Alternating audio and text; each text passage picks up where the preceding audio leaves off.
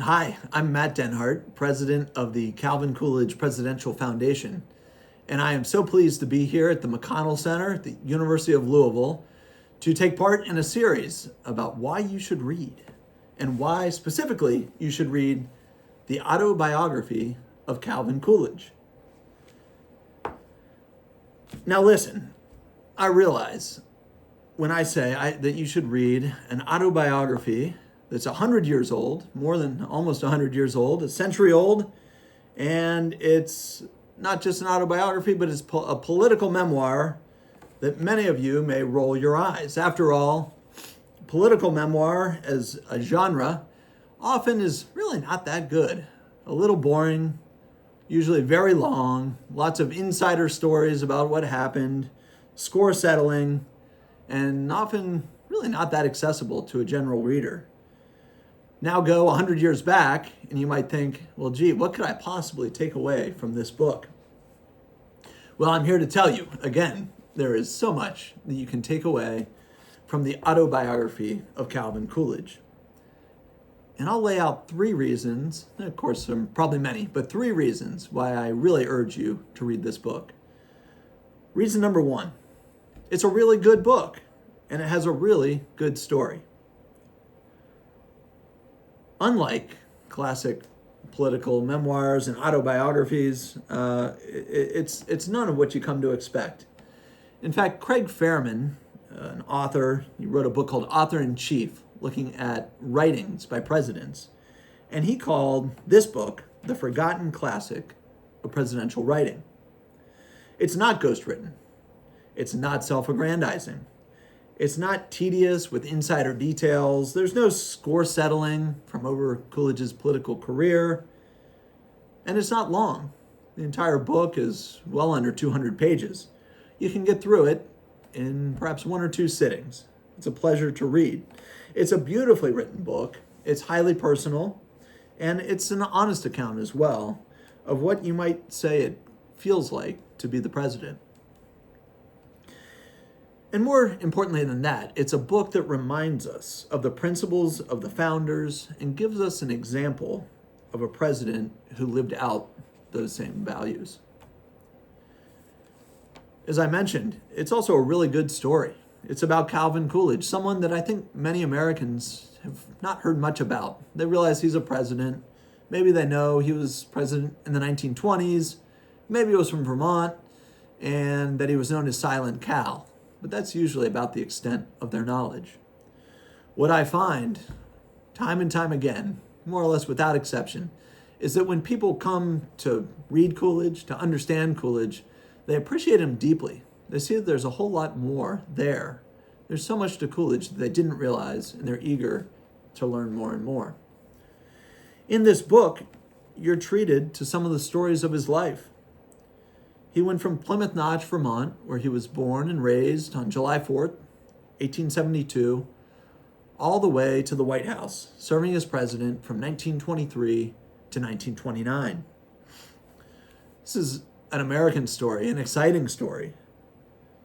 Plymouth Notch, you really have to visit to appreciate just how rural it is. It's beautiful.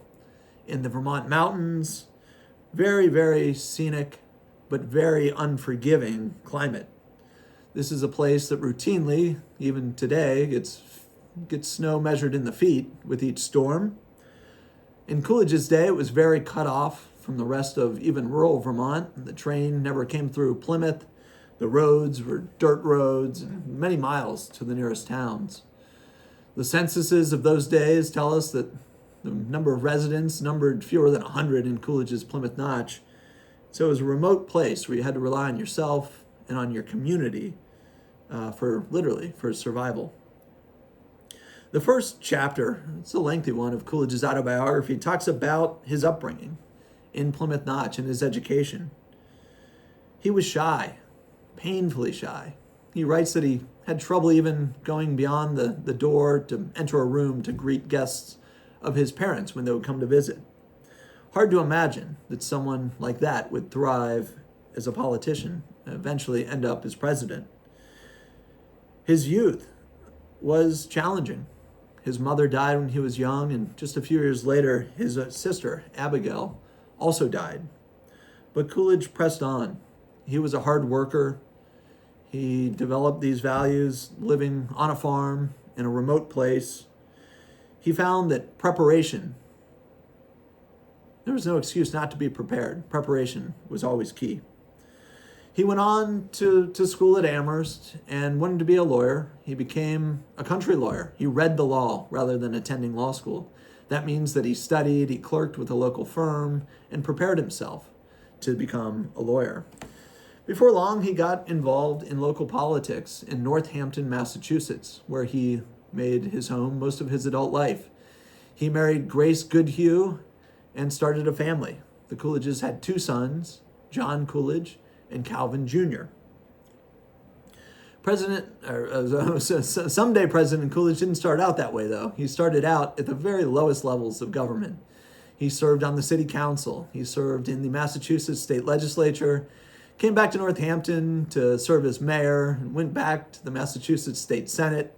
He eventually was elected president of the state senate in Massachusetts before becoming lieutenant governor of Massachusetts and then governor of Massachusetts. During that time, one of the stories you hear about in the autobiography was the Boston police strike. This was in 1919, a very dramatic example of fraught labor relations at the time. The Boston police strike had unionized, though it was against their contract. They marched off on strike, refusing to work. Mob violence ensued, looting, a number of people died. Coolidge was left to decide what to do. He studied the law. He saw that the policemen were not permitted in their contract to strike, and he decided to back up the police commissioner who had fired all of the striking policemen. Coolidge thought this would be the end of his political career. After all, many of the police were Irish immigrants who had voted for Coolidge, were an important part of his political base. He was up for re-election as governor the very next year. He thought this was going to be the end. In fact, what happened was quite the opposite. The people, his voters in Massachusetts, rallied behind him. They said, this Coolidge stands for principle, for the rule of law. He won't let a group, even one of his supporters, the police, violate their contract and harm the public safety. In fact, Coolidge, writing to the labor leader of the time, Sam Gompers, said there is no right to strike against the public safety by anybody, anywhere, anytime. Coolidge was rewarded by voters. He was re-elected as governor, and it was his handling of the Boston police strike, no doubt, that vaulted him to national attention, so that in 1920, he was put on the presidential ticket as vice president, running with Warren Harding.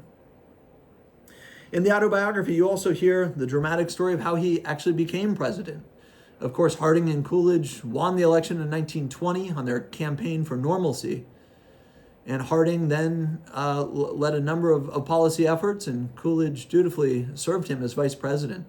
But in 1923, President Harding was traveling out west and had been ill. He died of a heart attack on August 2nd, 1923. And the very next day, in the wee hours of the morning, August 3rd, 1923, President Coolidge was up in Vermont. He was visiting his childhood home, visiting his father, asleep in his childhood bedroom. There was no electricity in the house, no phone, and so word that President Harding had died came by telegram. Someone knocked on the door of the Coolidge homestead in the middle of the night, awaking Coolidge's father, who hurried upstairs with the news to tell his son that he now was president. Coolidge, knowing that the country was out without a president, gathered in the family sitting room and pulled up a copy of the Constitution and had his father administer the oath of the presidency right there at 2:47 a.m. by the light of a kerosene lamp in rural, quiet Plymouth, Vermont. The authority that his father had to administer such an oath was that of a notary public, which is to say, a most humble local public servant. For Coolidge, this was very fitting, that he had risen from humble, modest Plymouth Notch, Vermont, all the way to the presidency and was sworn in a quiet ceremony without great fanfare by his own father, a notary public. In the autobiography, you hear other personal stories when Coolidge was president. You really get a sense of what it felt like to be president. He goes through some of the duties of the president, which are interesting to hear straight from Coolidge, but he also talks about some personal episodes. Most tragically, when his son, Calvin Jr., died, it was the summer of 1924. Calvin Jr. was visiting, having been off at boarding school, but was visiting the White House and decided to play tennis on the White House grounds. He wasn't wearing socks and developed a blister that became septic. Blood poisoning ensued, and though Coolidge tried everything he could, and of course had all the resources that a president would have available to him in medical attention, Calvin Jr. could not be saved. Coolidge said, when he died, the power and glory of the presidency went with him. Coolidge also talks about in depth his decision not to run for re-election in 1928. He had served out the remainder of Harding's term and was re-elected in his own right, in fact, in a landslide election of 1924, and could have run again in 1928. In fact, he was enormously popular, almost certainly would have won the election, but he chose not again to run for office. At the time, his party was not happy. He was popular. He had long coattails. They were relying on him to turn out the vote, to usher in a Republican victory for president and also in the Congress and on down the races. But Coolidge took a principled stand, and he believed that it was best for the country to have a change in leadership after some length of time. That was a principled stand, one based on his deep understanding of the Constitution and our system of government. Which brings me to the second reason that you ought to read the autobiography of Calvin Coolidge. And that's Coolidge's lessons for us in it. His lessons in the proper role of the president and the proper perspective on the presidency itself. Coolidge believed, of course, that the office of president deserves great respect, but he knew that the president was just a citizen.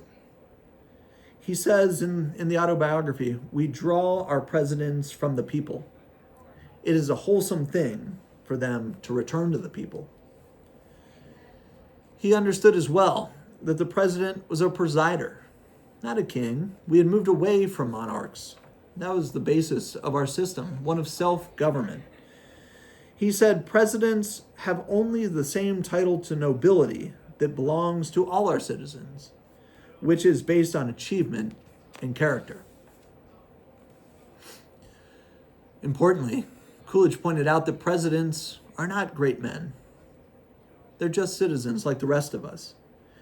He says, in moving language, it is a great advantage to a president and a major source of safety to the country for him to know that he is not a great man.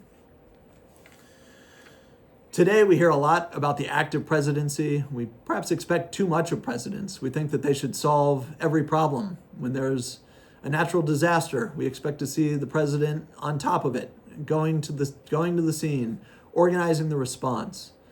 We think that the president ought to use the bully pulpit, ought to take charge. If the Congress doesn't seem able to solve a problem, well, then the president better find a way to use his agencies and use the resources available to him to solve problems for the American people.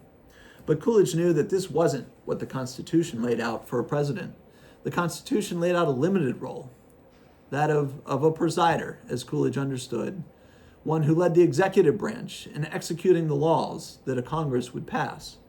And so for Coolidge, what you really see is a master lesson in this book, the autobiography, in how to lead as a president in our constitutional republic.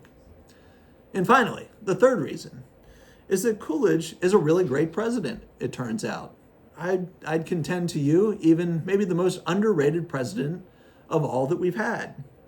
He's little known, of course. The polls on the greatest presidents don't place him particularly high. I think the last C-SPAN poll of presidents among historians rated Coolidge in the 20s. But Coolidge really is a wonderful example of modeled restraint and a policy success. He balanced the budget every year he was president. He's the last president to have done that. In fact, the savings from his budget campaigns were so great that Coolidge was able to retire about a third of the national debt after the post-World War I high. The debt had accumulated significantly, and Coolidge, through his savings, was able to bring it down. He did this while cutting taxes. The top tax rate was never supposed to go higher than about 7%, folks were told, in 1913 when the income tax was first introduced. But a few years later, because of World War I, it went as high as 77%. Through sustained tax reduction drives that Coolidge led and ushered through Congress, he brought the top marginal tax rate down all the way to 25%. That's the lowest level we've seen since then, lower even than President Reagan achieved in his time in office. But Coolidge thought it was very important to pair tax cuts with budget cuts. He was very concerned about the fiscal management of the country. Of course, today we have a national debt over $37 trillion. It certainly seems that there are many lessons to take from Calvin Coolidge. In his era, too, the economy roared. There was great productivity, new technologies. This was the decade when Americans, by and large, got cars, had radios, indoor plumbing, and electricity. In fact, productivity was so strong in this era that what used to be a 6-day work week was able to be reduced down generally to a 5-day work week. Americans got a new gift that is often called Saturday. Saturday's off. Coolidge left office wildly popular, so it's a shame that we don't know more about him today. So if you're tired of sound bites from politicians, if you're tired of cliches, if you're tired of the deep division, maybe you're looking for another model of presidential leadership, of principled leadership, someone who can get the job done, maintain his principles, be civil to all, and offer much hope for the future of America, I encourage you to read the Autobiography of Calvin Coolidge. Thank you.